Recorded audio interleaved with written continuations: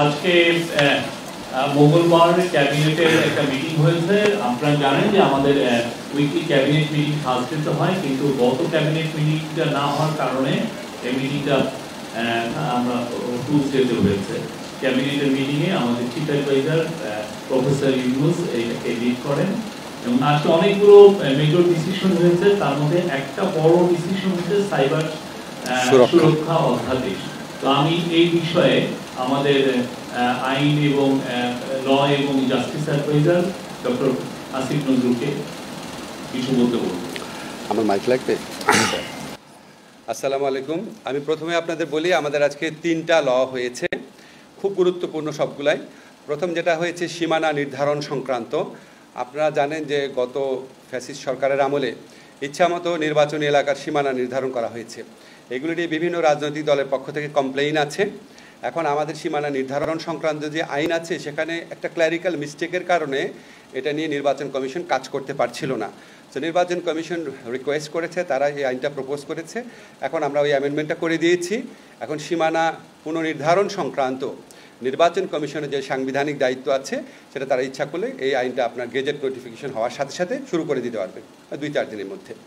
Second হচ্ছে, আপনারা জানেন গত মিটিংয়ে আমাদের উপদেষ্টা রেজওয়ানা হাসান বলেছিল আপনাদের যে সিপিসি সিভিল প্রসিডিওর কোড এটা নীতিগতভাবে অনুমোদিত হয়েছিল, আজকে চূড়ান্তভাবে অনুমোদিত হয়েছে। এটা খুবই গুরুত্বপূর্ণ একটা আইন। আপনারা জানেন বাংলাদেশের সিভিল মামলা নিষ্পত্তি হতে বছরের পর বছর, এমনকি যুগের পর যুগ লাগে। আমরা এখানে অনেকগুলা চেঞ্জ এনেছি, তার মধ্যে কয়েকটা শুধু গুরুত্বপূর্ণ চেঞ্জের কথা আপনাদের বলি। একটা চেঞ্জ হচ্ছে, আগে আপনার ইচ্ছামতো অ্যাডজর্নমেন্ট বা মামলা মুলতবি করা যেত, শুনানি, এখন আর মুলতবি করা যাবে না।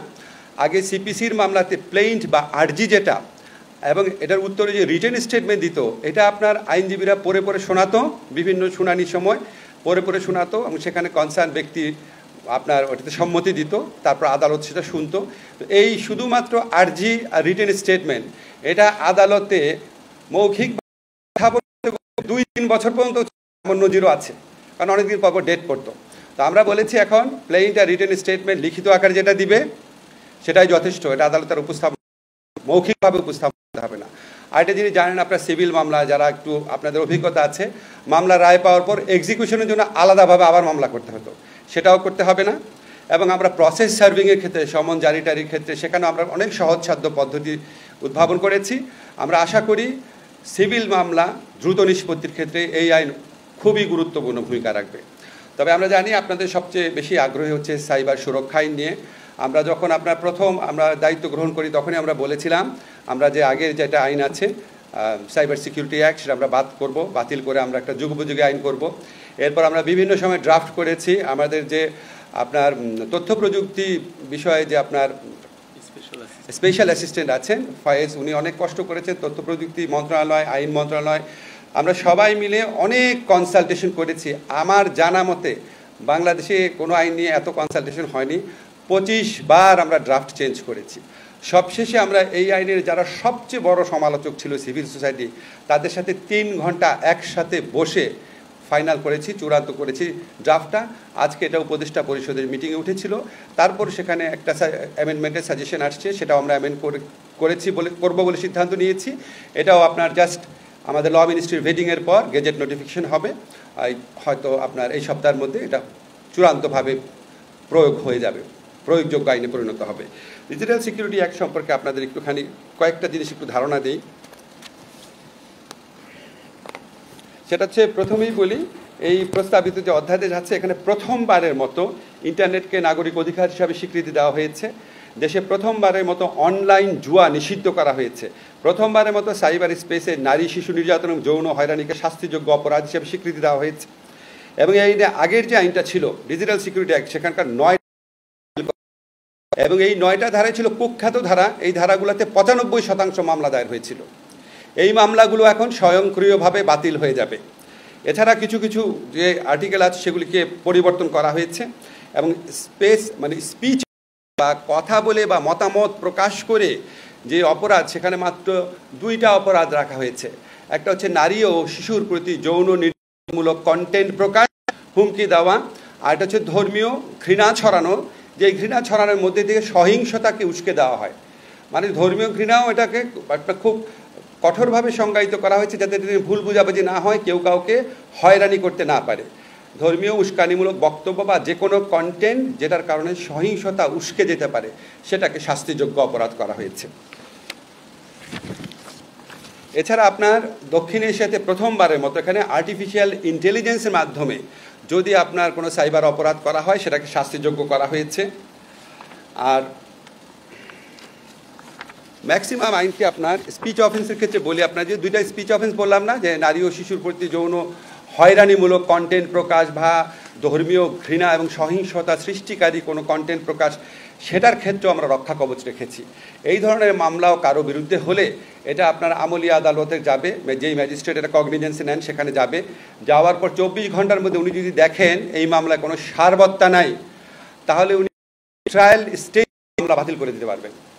অর্থাৎ চার্জশিটের জন্য ওয়েট করতে হবে না। যদি দেখেন একদম সম্পূর্ণ ভুয়া মামলা, এই মামলার কোনো ভিত্তি নাই, উনি সাথে সাথে এটা বাতিল করে দেবেন, 24 ঘন্টার মধ্যে বাতিল করতে পারবেন। এছাড়া আমরা এই অপরাধগুলোকে আপনার আমলযোগ্য অপরাধ রেখেছি এবং কিছু কিছু ক্ষেত্রে আপোষযোগ্যও রেখেছি।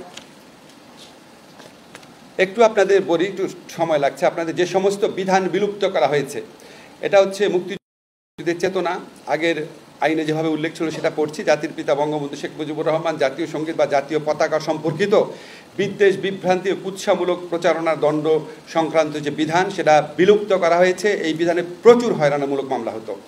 মানহানিকর তথ্য প্রকাশ, প্রচার ইত্যাদির জন্য দণ্ড প্রকাশের বিধান, যেটা এটাতে প্রচুর মামলা হতো। আপনারা জানেন অনেক সাংবাদিকও এই মামলার ভিকটিম হয়েছেন। এই ধারা সম্পূর্ণ বাতিল করা হয়েছে। ল অ্যান্ড অর্ডার সিচুয়েশন, আইন শৃঙ্খলা পরিস্থিতির অবনতি ঘটতে পারে, এই ধরনের কোনো কন্টেন্ট বা কথাবার্তা বলা, এটা কেন প্রচুর মামলা হতো, এটাও সম্পূর্ণ বিলুপ্ত করা হয়েছে। আক্রমণাত্মক, মিথ্যা বা ভীতি প্রদর্শক তথ্যবার্তা প্রকাশ ইত্যাদিকে সম্পূর্ণ বিলুপ্ত করা হয়েছে। যেগুলি বিলুপ্ত করা হয়েছে 9টা ধারার মধ্যে সবচেয়ে বেশি যেগুলিতে মামলা হতো শুধু সেগুলি আমি উল্লেখ করলাম।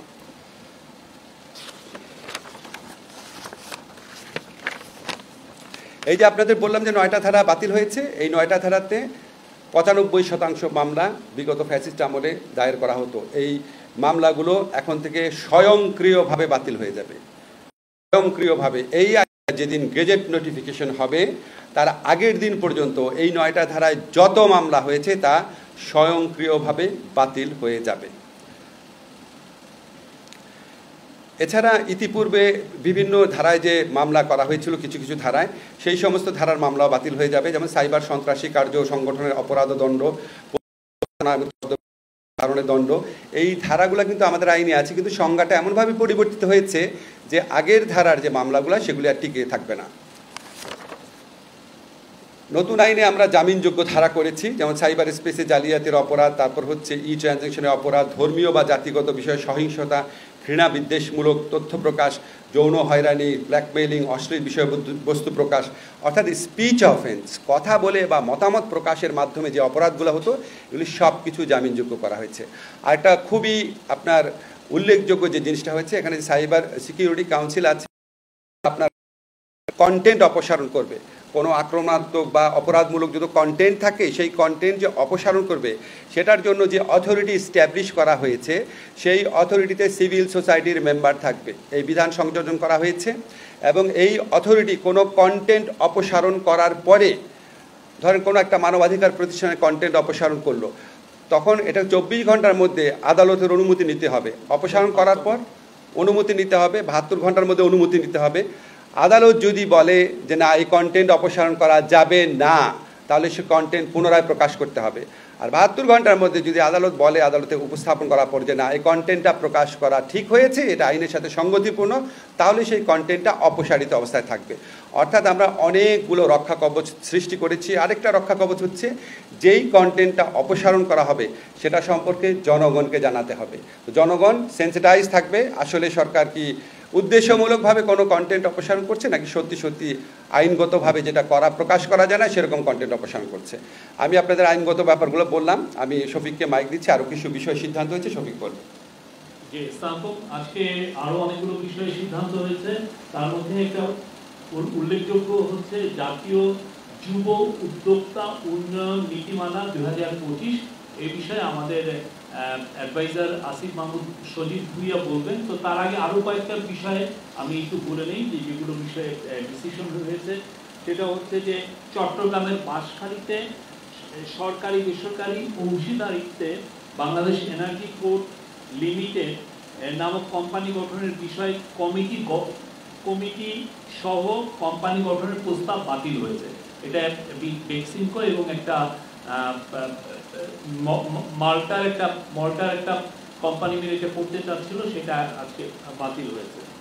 আর দেশ উৎপাদিত আঁশ তুলা যেটা র কটন, এটাকে কৃষি পণ্য ঘোষণার প্রস্তাব অনুমোদন হয়েছে। এটার ফলে যেটা হবে যে যারা তুলা উৎপাদন করতে চান তাদের জন্য কৃষি ঋণ নেওয়াটা অনেক সহজলভ্য হবে, খুব তারা কৃষি ঋণ নিতে পারবেন। আপনারা জানেন আমরা গার্মেন্টসে আরও বেশি এক্সপান্ড করতে চাচ্ছি। সেক্ষেত্রে নিজস্ব আমাদের যদি খামারে আমরা যদি তুলা উৎপাদন করতে পারি কৃষি জমিতে, তাহলে সেটা আমাদের জন্য অ্যাডেড অ্যাডভান্টেজ। সেই তুলা উৎপাদনকে উৎসাহিত এই সিদ্ধান্তটা নেওয়া হয়েছে। আর ছুটি ঘোষণা করা হয়েছে। ছুটি হচ্ছে আপনারা জানেন যে আগের থেকে ডিক্লেয়ার ছিল ছুটি 5 থেকে 10 তারিখ পর্যন্ত, 5ই জুন থেকে 10ই জুন পর্যন্ত ছিল হচ্ছে ঈদুল আজহার ছুটি। কিন্তু দেখা যাচ্ছে যে ওয়েডনেসডে অ্যান্ড থার্সডে যেটা জুন 11 এবং 12, অনেক ক্ষেত্রেই সেইটাকে ছুটি ঘোষণা করে 17ই মে এবং 24শে মে এই দুইটা দিন, দুইটা স্যাটারডে সরকারি কর্মচারীরা বা যেগুলো আধা সরকারি বা অটোনোমাস এখানে যারা কর্মচারী আছেন তারা এই 2 দিন কাজ করবেন, বিনিময়ে 11-12 তারিখে এই ছুটিটা মোট 10 দিন ছুটি। যার ফলে যেটা 11-12 হওয়াতে আপনার 13-14 তারিখ উইকেন্ড, তাহলে মোট ঈদুল আজহার ছুটি হবে 10 দিন। আর এই ক্ষেত্রে ব্যাংক কোম্পানিগুলো যেহেতু তাদের ব্যাংক কোম্পানি এক দিয়ে চলেন, ব্যাংক কোম্পানি তাদের মতো করে ডিক্লেয়ার করবেন, প্রাইভেট কোম্পানিগুলো তাদের মতো করে ছুটি ঘোষণা করবেন। এই আর একটা ডিসিশন ছিল, সেটা হচ্ছে যে আমাদের অ্যান্টিকুইটিস ল এটা অ্যামেন্ডমেন্ট, কিন্তু এটাকে সেটব্যাক করা হয়েছে। আমাদের আরও দু একটা বিষয় আছে, আমি এটা আমাদের ক্যাবিনেট থেকে আপনাদেরকে জানাই। নবায়নযোগ্য জ্বালানি নীতিমালা করা হয়েছে, সেখানে একটা বড় ইনসিনারেটর সেটা নিয়েও ডিবেট হয়েছে এবং আমরা এটাকে অ্যাপ্রুভ করা হয়েছে সাবজেক্ট টু, মানে যাতে ইনসিনারেশন যেটা আমরা করছি সেটা যাতে এনভায়রনমেন্ট ফ্রেন্ডলি হয়। এই আমি আমাদের অ্যাডভাইজার আসিফ মাহমুদ সজীব ভুইয়াকে দিচ্ছি, উনি যুব উন্নয়ন উদ্যোক্তা। আমি আপনাদের একটু ক্ল্যারিফাই করি, ঈদুল আজহার ছুটি এখন একটানা 10 দিন থাকবে। আর আমরা এই ছুটিতে সরকারি কার্যক্রম যেন ব্যাহত না হয়, এই জন্য এক্সট্রা 2টা শনিবার সরকারি অফিস খোলা থাকবে। আমরা যুব ক্রীড়া মন্ত্রণালয় থেকে আজকে একটা গুরুত্বপূর্ণ নীতিগত চূড়ান্ত অনুমোদন পেয়েছে ক্যাবিনেটের। সেটা হচ্ছে জাতীয় যুব উদ্যোক্তা উন্নয়ন নীতিমালা 2025। আমরা বিগত সময় দেখেছি যে এন্টারপ্রেনারশিপ নিয়ে অনেক বড় বড় আসলে ঢাকঢোল পেটানো হয়েছে, কিন্তু সেভাবে স্ট্রাকচারাল সেরকম কোনো কাজ আমাদের চোখে পড়েনি। যখন আমরা দায়িত্ব পাই তখন আমি ভেবেছিলাম যে এখানে হয়তো অনেক স্ট্রাকচারাল কাজ থাকবে যেটা আমরা হয়তো সামনে নিয়ে যেতে পারবো, কিন্তু সেরকম কিছুই পাইনি।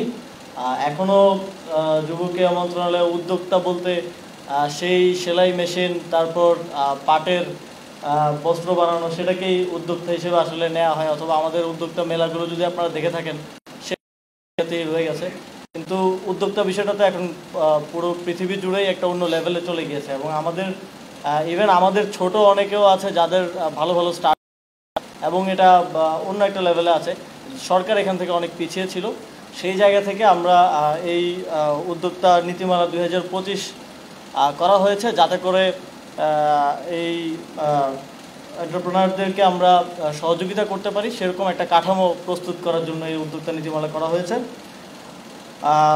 দেশে বিরাজমান সামাজিক, অর্থনৈতিক এবং পরিবেশগত চ্যালেঞ্জ মোকাবেলা করতে যুব সমাজের ক্ষমতায়ন, বাংলাদেশের কর্মক্ষম জনসংখ্যার তুলনায় কর্মসংস্থানের সুযোগের ব্যাপক ঘাটতি রয়েছে।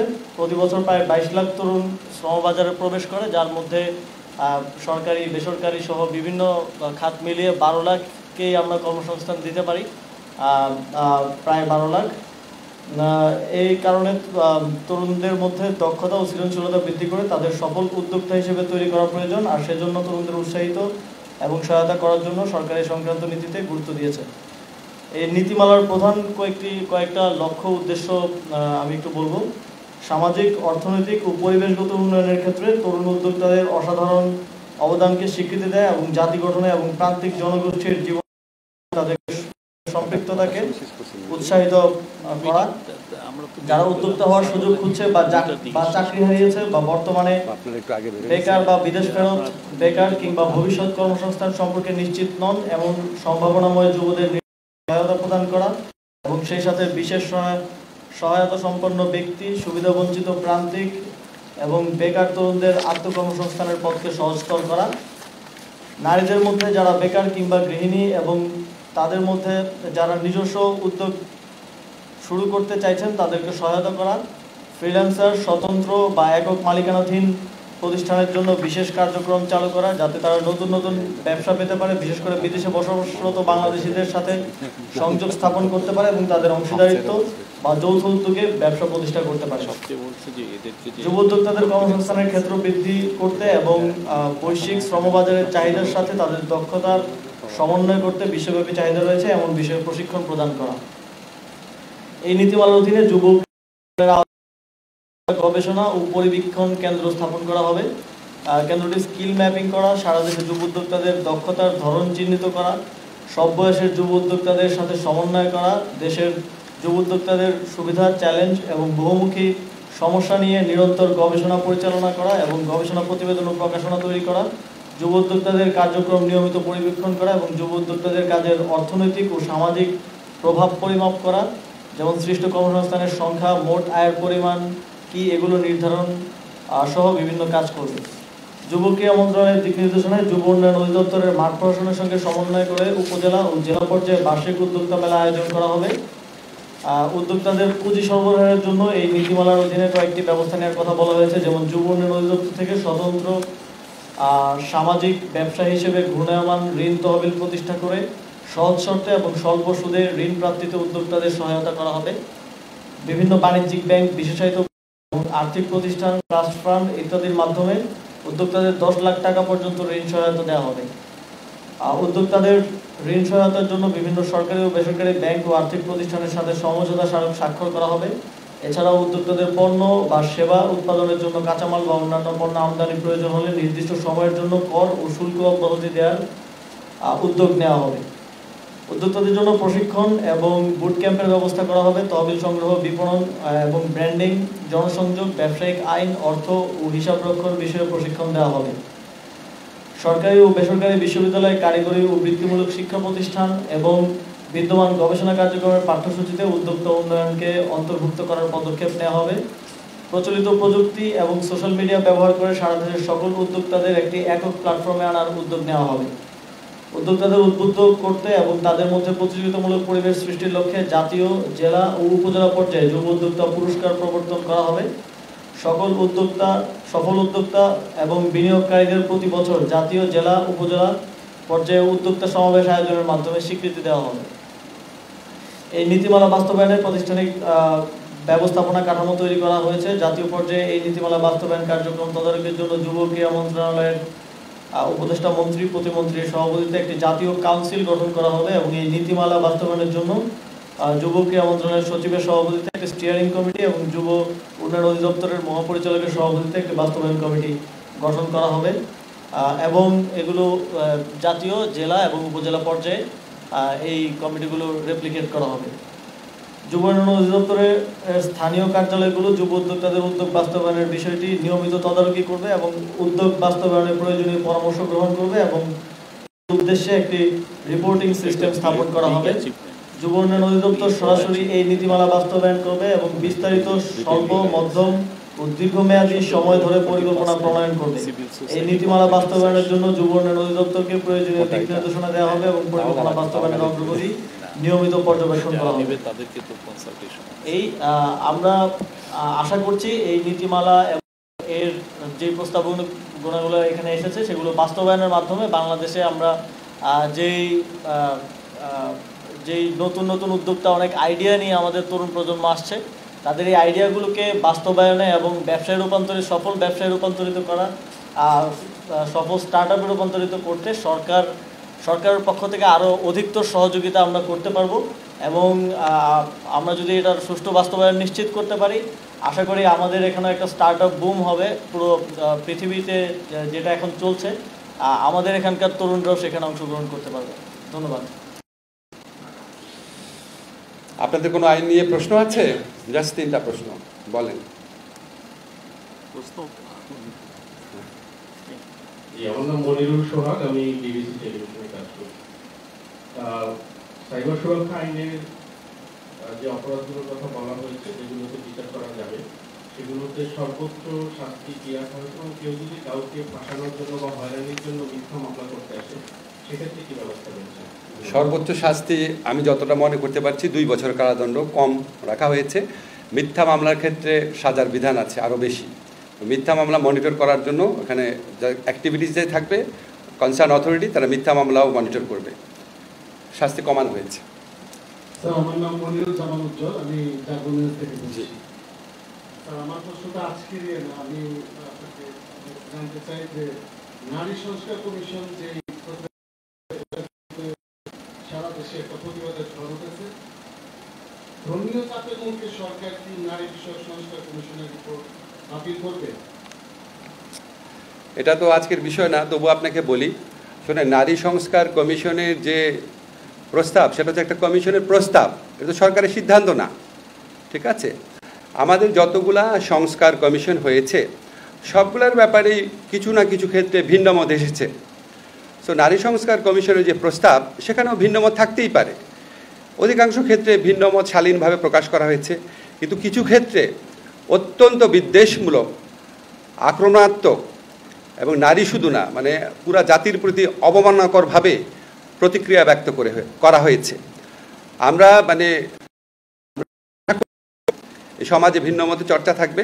আমি শুধু আপনাদের এটা নিয়ে আর কিছু বলবো না, শুধু একটা কথা বলে দিই, আমাদের যে কোনো ধরনের বড় সংস্কার রাজনৈতিক ঐক্যমত্য ছাড়া বাস্তবায়ন করা হবে না। এবং আরেকটা জিনিস খেয়াল রাখবেন, এটা একটা সংস্কার কমিশনের প্রস্তাব, সরকারের সিদ্ধান্ত না। তা আমরা আশা করব ভিন্নমত এবং প্রতিক্রিয়া জ্ঞাপন করার ক্ষেত্রে সবাই যেন সহনশীলতা এবং শালীনতার পরিচয় দেয়। আসসালামু আলাইকুম, আমি আহমেদ সোহাগ। আমার প্রশ্ন হচ্ছে, যুব উন্নয়ন যে বিষয়টা নিয়ে আলোচনা হয়েছে, সেখানে হচ্ছে সার্টিফিকেটধারীরা সেক্ষেত্রে যে প্রশিক্ষণটা গ্রহণ করতে পারবে, যারা সার্টিফিকেটধারী না তারা কি এক্ষেত্রে প্রশিক্ষণ গ্রহণ করার জন্য সর্বাত্মক সুযোগ পাবে কিনা? আরেকটা বিষয় হচ্ছে, আমরা দেখেছি আগেও এই সমস্ত প্রশিক্ষণগুলো যারা গ্রহণ করতো, তারা শুধু প্রশিক্ষণের ভাতাটা পাবে যে এই উদ্দেশ্যে ওখানে অংশগ্রহণ করতো। এখন কি আসলে কার্যকরীভাবে আসলে যুবকদেরকে ট্রেন করে তাদেরকে কার্যকর করার জন্য পরবর্তী পদক্ষেপও সরকার পর্যালোচনা করবে কিনা, এবং সেগুলো সরকারের নিয়ন্ত্রণে থাকবে কিনা? আজকে যে নীতিমালাটা হয়েছে, এটা হচ্ছে উদ্যোক্তা উন্নয়ন নীতিমালা। এটা আসলে প্রশিক্ষণ, এটা শুধু উদ্যোক্তাদের সংশ্লিষ্ট প্রশিক্ষণটা এটার আন্ডারে হবে। এর বাইরে আপনি যেটা বলছেন সেটা হচ্ছে আমাদের যুব উন্নয়ন অধিদপ্তরের যে প্রশিক্ষণগুলো হয়, অনেকে শুধু ওই যে একটা ডেলি অ্যালাউন্সের জন্য হয়তো ইয়াতে যায়। তো আমরা চেষ্টা যে আমাদের প্রশিক্ষণগুলো আধুনিকায়ন করা এবং যুগের সাথে তাল মিলিয়ে, যাতে আমি এসে এমনও প্রশিক্ষণ পেয়েছি যে স্মার্টফোন কীভাবে চালাতে হয়, এই ধরনের প্রশিক্ষণ, এগুলো তো মেক নো সেন্স। তো আমরা যুগের সাথে তাল মিলিয়ে আমাদের প্রশিক্ষণগুলোকেও আরও ডেভেলপ করার চেষ্টা করছি, কারিকুলামগুলো ডেভেলপ করছি। এবং আপনারা যারা নতুন কিছু প্রশিক্ষণ আমরা ইন্ট্রোডিউস করছি, সেলফ ডিফেন্স, তারপর হচ্ছে আর্টিফিশিয়াল ইন্টেলিজেন্স নিয়েও আমরা প্রশিক্ষণ এই জুন জুলাই থেকে হয়তো আপনারা পেয়ে যাবেন। আর্টিফিশিয়াল ইন্টেলিজেন্সের প্রশিক্ষণটা যাবে। আমরা পৃথিবীর সাথে তাল মিলিয়ে চলার জন্য আমাদের তরুণরা যাতে নিজেদেরকে তৈরি করতে পারে, ঠিক সেভাবেই সামনের প্রশিক্ষণগুলো ডিজাইন করব। এবং সেগুলো উন্নত মানের প্রশিক্ষণ হবে। যেটা হয় সাধারণত স্কিল ডেভেলপ করার জন্য কেউ সরকারি কোনো প্রতিষ্ঠানে আসে না, কিন্তু আমরা প্রশিক্ষণগুলো এমনভাবে ডেভেলপ করব যে সরকারি প্রতিষ্ঠানেই স্কিল ডেভেলপ করতে সবাই আসবে। বরং ডেলি অ্যালাউন্সের জন্য না, বরং টাকা দিয়েও প্রয়োজন হলে আসবে, এরকম কোয়ালিটি প্রশিক্ষণ আমরা নিশ্চিত করব। Thank you sir. আমার নাম আইনাল হোসেন, আমি আজকে পত্রিকায় কাজ করি। সাইবার সিকিউরিটির যে ধারাগুলো বাতিল বা করা হলো, সেখানে মামলার সংখ্যাটা কেমন হতে পারে? ভাই সংখ্যা বলতে পারবো না, 95% মামলা, রাফলি স্পিকিং, হ্যাঁ, 95% মামলা তদন্তাধীন যেগুলো আছে, বিচারাধীন আছে, সব বাতিল হয়ে যাবে। লাস্ট কোয়েশ্চেন এটা, হ্যাঁ বলেন। জি, আরো দুই তিনটা দুইটা আইন খুবই গুরুত্বপূর্ণ, কিন্তু যে আইনগুলো ওঠে সেগুলো যেভাবে আমরা ব্রিফিং পাই, তারপরে আমরা যখন অফিসে লিখতে যাই তখন ব্রিফিং ইনস্ট্যান্টলি অনেক কোয়েশ্চেন আমরা করতে পারি। এই কি চেঞ্জগুলো আসে সেইটা দেওয়ার আমাদেরকে গুরুত্বপূর্ণ যে বিষয়গুলো বললেন একটা যদি আপনি উল্লেখ করলেন না, সেইটা একটু দেওয়া যাবে কিনা বা ওয়েবসাইটে আপলোড করা যায় কিনা, তাহলে মানে আমরা আচ্ছা আমি আপনাদের বলি, এটা তো ওয়েটিং হতে হবে, তারপরে এটা আপনার চূড়ান্তভাবে পাস হতে হবে, তারপর গেজেট নোটিফিকেশন হবে। আমরা আপনাদের শুধু উপদেষ্টা মণ্ডলীর সিদ্ধান্ত জানাচ্ছি। তবে আপনাদেরকে একটা জিনিস কনফার্ম করি, যেহেতু সাইবার সুরক্ষা অধ্যাদেশ নিয়ে অনেক মানুষের আগ্রহ আছে, এটা আপনার গেজেট নোটিফিকেশন হওয়ার পর অ্যাকচুয়ালি কোথায় কী পরিবর্তন এসছে এটা সোজা করে আমরা আইন মন্ত্রণালয়ের ওয়েবসাইটে দিয়ে দিব। ঠিক আছে?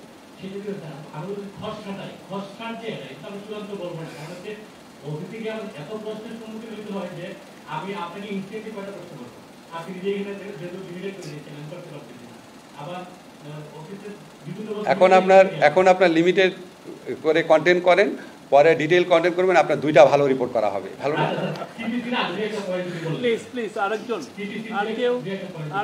সিপিসি তো বলেছি, সিপিসি সবচেয়ে ইম্পর্টেন্ট তিনটাই জিনিসই বলেছি। আরেকবার বলি, সিপিসি এটা খুব গুরুত্বপূর্ণ। সিপিসিতে আগে হতো কি প্লেইন্ট মানে আরজি, আর প্লেইন্টের উত্তর হচ্ছে রিটেন স্টেটমেন্ট।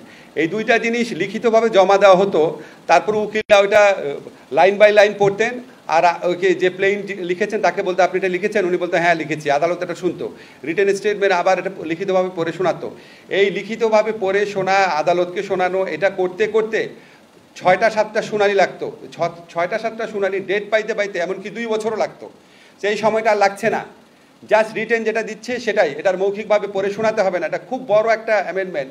সেকেন্ড যেটা বড় অ্যামেন্ডমেন্ট সেটা হচ্ছে আগে টাইটেল পাওয়ার জন্য একটা মামলা হতো, তারপর হচ্ছে আবার এটা এক্সিকিউশনের জন্য আবার আরেকটা মামলা হতো। অনেকে টাইটেল পেত, এক্সিকিউশন করতে করতে আরও 5-10 বছর লেগে যেত। এখন একটা মামলাতেই সব নিষ্পত্তি হবে। আগে আপনার ইচ্ছা মতো অ্যাডজর্নমেন্ট নেওয়া যেত, 6 বার মুলতবি নেওয়া যেত, এখন সর্বোচ্চ 4 বার মুলতবির ব্যবস্থা করা হয়েছে। আগে হচ্ছে আপনার সমন জারি করা নিয়ে প্রচুর সময় লাগতো, এখন আপনার সমন জারি করার পাশাপাশি হোয়াটসঅ্যাপে, ইমেইলে, মেসেঞ্জারেও মেসেজ পাঠানো যাবে। ওই মেসেজ পাঠানোর রেকর্ডগুলো আমরা রাখবো এবং এটা এডিশনাল মেজার্স হিসাবে এরকম কিছু কিছু জিনিস করে আমরা আশা করছি মামলার সময় আশা করছি অন্তত অর্ধেক কমে যাবে। আগে যদি আপনার 5 বছর লেগে থাকতো, এখন 2.5 বছর হয়ে যাবে। আগে যদি 2 বছর লাগতো, তাহলে 1 বছর হয়ে যাবে। আমার আসিফ মাহমুদের কাছে একটা প্রশ্ন, আমি মুস্তফা মল্লিক চ্যানেলে আছি। সেটা হচ্ছে যে আমরা এর আগে সবসময় দেখেছি আমাদের প্রি প্রাইমারি থেকে মাস্টার্স পর্যন্ত 4,90,00,000 শিক্ষার্থী লেখাপড়া করে। আপনি যদি 6 টু মাস্টার্স ধরেন, এটা প্রায় 2.5 কোটির মতো। কিন্তু আমরা দেখি যে যুব উন্নয়নের সঙ্গে শিক্ষা মন্ত্রণালয়ের যে কার্যক্রমগুলো, এটা আসলে লিঙ্কটা নাই। দীর্ঘদিন ধরে আমরা দেখে এসেছি, আমাদের প্রস্তাবও ছিল বিভিন্ন জায়গায় যাতে এগুলো একটু ফ্লেক্সিবল করা হয়। তো নতুন যে নীতিমালাটার কথা আপনি বললেন, এখানে আসলে এই ধরনের কোনো প্রস্তাবটা পাঠিয়ে দিতে বলো। নীতিমালাটা স্পেসিফিকলি স্টার্ট আপ কেন্দ্রিক আর কি, আমাদের উদ্যোক্তা উন্নয়ন নীতিমালা বলে, নামেই বলা আছে। এটা হচ্ছে স্টার্ট আপ কেন্দ্রিক স্পেসিফিক একটা নীতিমালা। এর আগে আমাদের যুব নীতিমালা তো আছেই, সেটা অনুযায়ী হচ্ছে আমাদের ট্রেনিংগুলো হয়। 18 থেকে 35 বছর বয়সী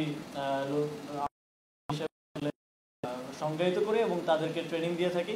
তবে এটা আপনি সত্যি বলেছেন যে আসলে আমাদের এই যে ডিপার্টমেন্টগুলোর মধ্যে লিঙ্কেজটা নাই, যে আমরা সমন্বয়টা নেই। আমরা হচ্ছে চাকরি করবে একটা, ট্রেনিং দিচ্ছে আরেকটা। ইভেন দেশের বাইরে যাওয়ার জন্য শুধু সার্টিফিকেটটা নিয়ে যায়, আসলে ট্রেনিং কোনো সে পায় না। তো আমাদের এই জায়গাগুলোতে আরও কাজ করার সুযোগ আছে এবং ইন্টার ডিপার্টমেন্ট, ইন্টার মিনিস্ট্রিয়াল আরও কোঅর্ডিনেশনটা বেটার করার সুযোগ আছে।